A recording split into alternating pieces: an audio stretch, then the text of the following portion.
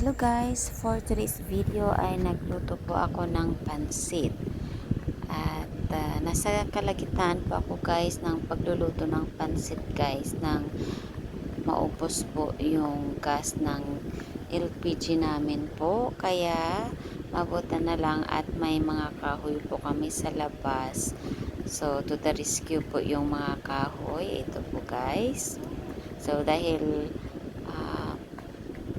marami pong nakatambak na kahoy po dyan sa gilid, pinutol-putol ko na po yan kasi last time po ay pinutol po or pinaputol po ng asawa ko yung mga sanga ng tambis, kaya marami pong sanga ng kahoy. At yun nga guys, yung ginawa ko pong panggatong. At ito na nga guys yung pansit. So luto na po ito at handa na po itong i-serve. So namiss ko guys magluto guys na kahoy yung ginagamit, dahil nung maliit pa po ako ay kahoy po yung palagi naming ginagamit po. At parang feel ko po ay parang naglalaro lang po ako po. Kasi ano po, napakasaya balikan po yung times na nagluluto ka po ng kahoy po yung ginagamit. Ang medyo maaso lang siya guys. At dito na rin po ako nagluto po ng tinulang manok. So ito nga guys, yung lutuan ko po, na ang puting lutuan ko ay naging itim na po. So iwan ko lang if kukuha po yan or paglinisan po ay makukuha po yung itim po. Iti-try ko po next time po.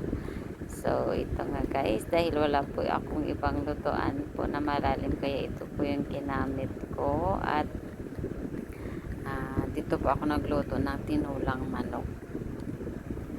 So yun nga guys, pinakuluan ko lang po yung manok po at inantay po na maluto po or lumambot po ito.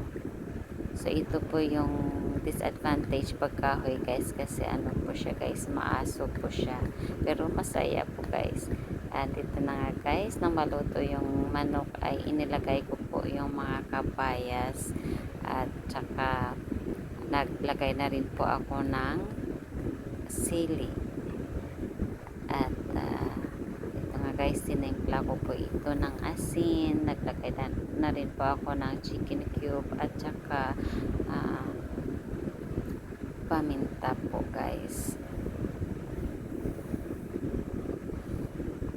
So ito po nga guys yung tinikman ko po, ang lasa if okay na po. At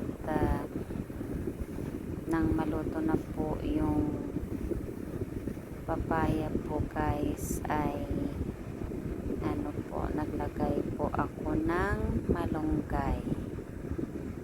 So shout out po pala sa palaging nagbibigay po ng malunggay. So palagi pong libre yung malunggay namin. So thank you po ng Jean sa palaging pagbigay po ng malunggay po.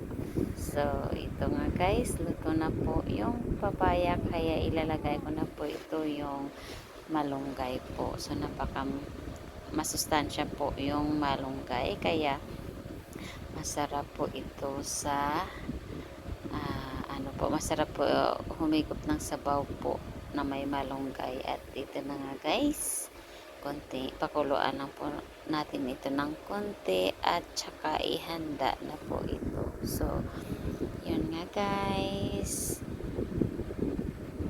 yung pagluluto po dito guys ay ano, parang ano lang, parang naglalaro ka lang guys. So ito nga guys, maraming kahoy kaya wala pong ano po, wala pong problema po, kaya kahit marami pong apoy po ay okay lang. So ito nga guys, luto na po yung tinulang manok po. Bye!